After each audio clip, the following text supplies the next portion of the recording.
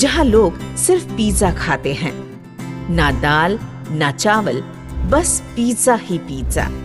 लेकिन ये पिज्जा आता कहाँ से है? तो रवि ने किया कुछ ऐसा जो उसे नहीं करना चाहिए था।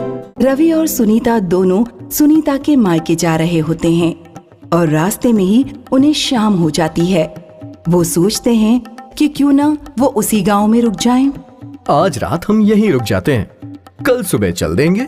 ठीक है, आप यहाँ किसी से रहने की जगह का पता कर लीजिए। रवि वहाँ ठहरने के लिए रुपेश नाम के एक आदमी से बात करता है। भैया जी, मैं और मेरी पत्नी दूसरे गांव जा रहे थे, लेकिन काफी रात हो चुकी है। क्या हमें ठहरने के लिए कोई जगह मिलेगी? अरे तो फिर आप परेशान क्यों होते हो? आराम से मेरे घर रुक जाओ। आखिर ऐसे समय में ही तो लोगों के काम आने का मौका मिलता है। धन्यवाद जी। रुपेश रवि और सुनीता को अपने घर ले जाता है और उन्हें वहाँ रुकने के लिए एक कमरा दे देता है। आप लोग यहाँ आराम से रुक जाइए, बिल्कुल चिंता मत कीजिएगा। और फिर वो उनसे खाने के लिए पूछता है। आप लोगों को जब भूख लगे बता दीजिएगा, मैं आपके लिए गर्मा गर्म पिज्जा ले आऊंगा। रुपेश के जाते ही रवि और सुनीता दोनों ही बड़े खुश होते हैं। अरे वाह, बड़ा अच्छा आदमी है। तुरंत ही रुकने के लिए कमरा भी दे दिया और खाने के लिए पिज्जा भी देगा। हाँ, भला गांव में पिज्जा कौन ही देता है? सही कह रही हो तुम। अब रवि रुपेश से खाने के लिए कहता है। हम दोनों ने सुबह से कुछ भी नहीं खाया है, लेकिन अब हमें बहुत ज्यादा भूख लग रही है। क्या आपके यहाँ हमें कुछ खाने को मिल जाएगा? मैं अभी आपके लिए गर्मा गर्म पिज्जा लाता हूँ। रुपेश कमरे में जाता है और बिना समय गवाए एक गर्मा गर्म पिज्जा ले आता है। इतनी जल्दी पिज्जा देखकर रवि और सुनीता दोनों चौंक जाते हैं। अब क्या हुआ? आप लोग ऐसे चौंक क्यों रहे हैं? अभी अभी तो आप पिज्जा बनाने के लिए गए थे और तुरंत ही पिज्जा लेकर आ भी गए। इतनी जल्दी पिज्जा कैसे बना लिया आपने? वो सब आप लोग मत सोचिए, यहाँ तो आपको तुरंत ही पिज्जा मिलेगा। कभी भी मंगवा लीजिए, और पिज्जा चाहिए तो बता दीजिएगा। रुपेश पिज्जा देकर वहाँ से चला जाता है। अब रवि पिज्जा खाते हुए सुनीता से कहता है। कोई तो तरीका है कि यहाँ के लोग तुरंत ही पिज्जा बना लेते हैं। अगर हमें भी वो तरीका पता चल जाए तो हम भी घर में बहुत जल्दी पिज्जा बना लिया करेंगे। हाँ, फिर आपकी शिकायत और मेरी परेशानी दोनों हल हो जाएंगे। लेकिन उसके लिए हमें 1-2 दिन यहाँ और रुकना पड़ेगा। हाँ तो ठीक है, मुझे कोई जल्दी ना है मायके जाने की। ठीक है, तो मैं कल पता करता हूँ।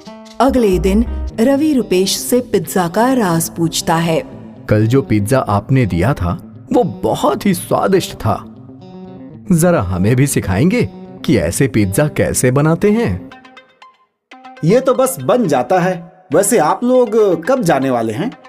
हम तो आज जाने वाले थे, लेकिन उनकी तबीयत थोड़ी खराब हो गई है, इसलिए हम कल या परसों चले जाएंगे। अच्छा, फिर कोई बात नहीं। आप लोग जब तक चाहें यहाँ रह सकते हैं, लेकिन खाने में आपको सिर्फ पिज्जा ही मिलेगा। अब रवि सोचता है कि वो गांव के कुछ और लोगों से ये बात पता करे कि कैसे वहाँ इतना स्वादिष्ट पिज्जा मिलता है, और इसके लिए वो एक दुकान पर जाता है जहाँ काफी सारे लोग बातें कर रहे होते हैं। कैसे हैं आप सब? अब अच्छे हैं। तुम कौन हो? मैं तो मुसाफिर हूँ। कल रात यहाँ आया था और रुकने की जगह ढूंढ रहा था, तो रुपेश जी के यहाँ रुक गया। अरे रुपेश जी तो बहुत अच्छे आदमी हैं। सही कह रहे हैं आप, बड़े अच्छे आदमी हैं वो। जिस समय से हम यहाँ आए हैं हमें पिज्जा ही खिला रहे हैं। वो तो यहाँ सभी खिलाएंगे, क्योंकि यहाँ सभी लोग सिर्फ पिज्जा ही खाते हैं और वही खिलाते हैं। यही तो खासियत है हमारे गांव की। लेकिन ऐसा क्यों? ये राज तो मैं नहीं बता सकता, लेकिन आप जब तक हैं तब तक पिज्जा का आनंद लीजिए।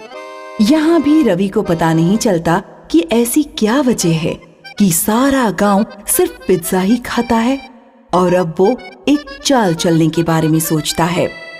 मुझे नहीं लगता है कि यहाँ के लोग मुझे बताएंगे कि ये लोग पिज्जा क्यों खाते हैं, लेकिन अब मैं अपनी चाल चलकर ये बात पता करके ही रहूंगा। अब रवि सुनीता को समझाता है।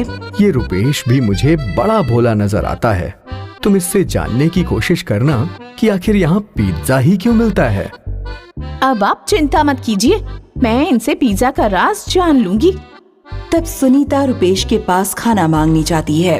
रुपेश जी, अगर आपके पास आटा दाल कुछ भी हो तो दीजिए, मैं आपके यहाँ ही खाने के लिए दाल रोटी बना लूंगी। आप दाल रोटी मत बनाइए, मैं आपके लिए पिज्जा ला कर देता हूँ। पिज्जा? लेकिन आप इतनी जल्दी पिज्जा कैसे बनाएंगे? और आप आज हमें पिज्जा दे देंगे, लेकिन कल तो हमें खाना खुद ही बनाना पड़ेगा ना। चिंता मत कीजिए, आप हमारे मेहमान हैं, हम आपको बेहतरीन पिज्जा देंगे। अच्छा, आप मुझे बता तो दीजिए कि आप ये पिज्जा कैसे बनाएंगे। वो आप जाने दीजिए, आप तो बस भर पेट पिज्जा खाइए। ठीक है, तो दे दीजिए पिज्जा।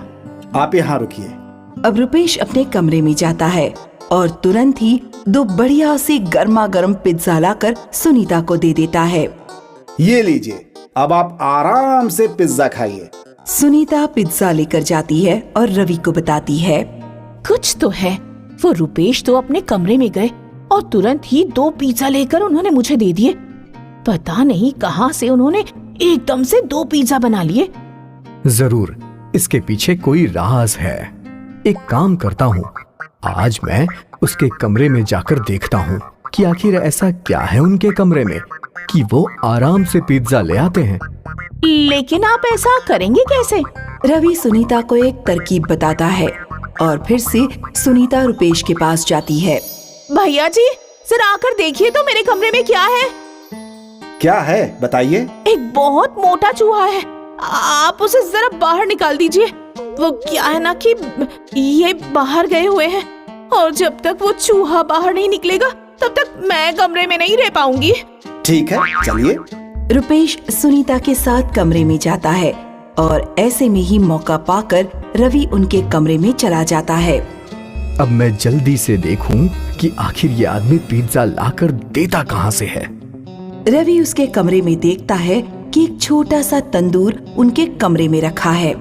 इसके पास तो तंदूर है, इसी में ये पिज्जा बनाते हैं। लेकिन इतनी जल्दी ये पिज्जा बनाते कैसे हैं? कहीं ऐसा तो नहीं कि पहले से ही पिज्जा बना कर रखते हों। मैं इस तंदूर को खोल कर देखता हूँ। रवि उस तंदूर को खोल कर देखता है और उसमें एक पिज्जा होता है जिसे वो बाहर निकाल लेता है। सही सोचा था मैंने, ये तंदूर में पहले से पिज्जा बना कर रखते हैं। लेकिन रवि देखता है कि जैसे ही उसने तंदूर से एक पिज्जा निकाला वैसे ही तंदूर में एक और पिज्जा आ गया। तंदूर में एक और पिज्जा आ गया? रवि उस पिज्जा को भी निकाल लेता है और उसको निकालने के बाद ही तंदूर में फिर से एक पिज्जा आ जाता है। एक और पिज्जा? यानी ये तो जादुई तंदूर है। यानी सभी के यहाँ ऐसा एक जादुई तंदूर होगा, तभी ये सभी लोग सिर्फ पिज्जा ही खाते हैं। अब रवि के मन में खोट आ जाती है और वो तंदूर को लेकर जाने के बारे में सोचता है। मैं ये तंदूर लेकर निकल लेता हूँ और इसे बाहर कहीं छुपा देता हूँ और फिर तुरंत ही सुनीता से भी कह दूंगा कि वो भी मेरे साथ भाग चले। आखिर ये तंदूर हमारे पास होगा तो हम बहुत सारे पिज्जा बनाकर बेच पाया करेंगे। रवि तंदूर लेकर वहाँ से निकलता है और उसे एक जगह छुपाकर सुनीता के पास जाता है। क्या हुआ सुनीता? और रुपेश जी आप यहाँ? हाँ, कमरे में एक चूहा है जो बहुत परेशान कर रहा है। कोई बात नहीं, वैसे भी अब हमें जाना पड़ेगा। ऐसे अचानक से? हाँ जी, अब कितने दिन और रुकेंगे? इनकी तबीयत ठीक हो गई है तो बस अब हम चलते हैं। रवि और सुनीता वहाँ से चले जाते हैं। फिर रवि ने जहाँ तंदूर छुपाया था वो वहाँ से उस तंदूर को ले आता है और फिर वो गांव से चले जाते हैं और सीधे अपने घर पहुँचते हैं। देखा सुनीता, मेरी चालाकी, अब ये तंदूर हमारा हो गया। हाँ, अब मैं बहुत थक गई हूँ, अब तो जल्दी से पिज्जा खाना है। रवि फिर से वो तंदूर खोलकर देखता है लेकिन उसमें पिज्जा नहीं होता। अरे पिज्जा क्यों नहीं है इसमें? वो फिर से तंदूर बंद करके खोलता है और कई बार ऐसा करने पर भी उसमें पिज्जा नहीं आता। अब दोनों रवि और सुनीता अपना सिर पकड़कर बैठ जाते हैं। अब आप सही तंदूर लाए हैं ना? हाँ, ये वहाँ तो काम कर रहा था लेकिन यहाँ नहीं, पता नहीं ऐसा क्यों। दोनों बहुत कोशिश करते हैं और फिर तंदूर के काम ना करने पर रवि उसे वापस रुपेश के पास लेकर आता है। अब तुम लोग मेरा तंदूर चुरा ले गए थे। मैं तो तुम्हारे जाते ही समझ गया था कि तंदूर तुमने चोरी कर लिया है, लेकिन मैंने कुछ नहीं किया क्योंकि मैं जानता था कि ये तंदूर तुम्हारे यहाँ काम नहीं करेगा। हमें माफ कर दीजिए। दरअसल मुझे ये पिज्जा खाने का बहुत शौक है, इसलिए मैंने सोचा कि ये तंदूर ले चलूं। आप ये तंदूर ले लीजिए, लेकिन हमें ये राज तो बता दीजिए। ये सभी तंदूर यहाँ की खास मिट्टी से बने हैं और इन्हें एक खास आदमी बनाता है और उससे ये जादुई हो जाते हैं। लेकिन ये सिर्फ इसी गांव के लोगों के लिए है, इसीलिए ये तंदूर सिर्फ इसी गांव में काम करते हैं। इसलिए ये यहाँ सभी के घर में है और सभी सिर्फ पिज्जा ही खाते हैं। हाँ, लेकिन तंदूर चोरी करके तुमने मेरा भरोसा तोड़ा है। हमें माफ कर दीजिए, हमें अपने किए पे बड़ी शर्म आ रही है। हाँ, अब हम ऐसा कुछ नहीं करेंगे। रवि और सुनीता दोनों शर्मिंदा होकर जाने लगते हैं। तभी रुपेश उन्हें रोककर पिज्जा खाने को कहता है। वैसे आप दोनों चाहें तो पिज्जा खा सकते हैं और जो आपने किया उसके लिए मैं आपको माफ करता हूँ। बस ऐसा किसी और के साथ मत कीजिएगा।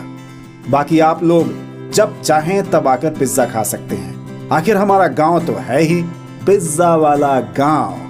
अब रवि और सुनीता दोनों फिर से वहाँ पेट भरकर पिज्जा खाते हैं।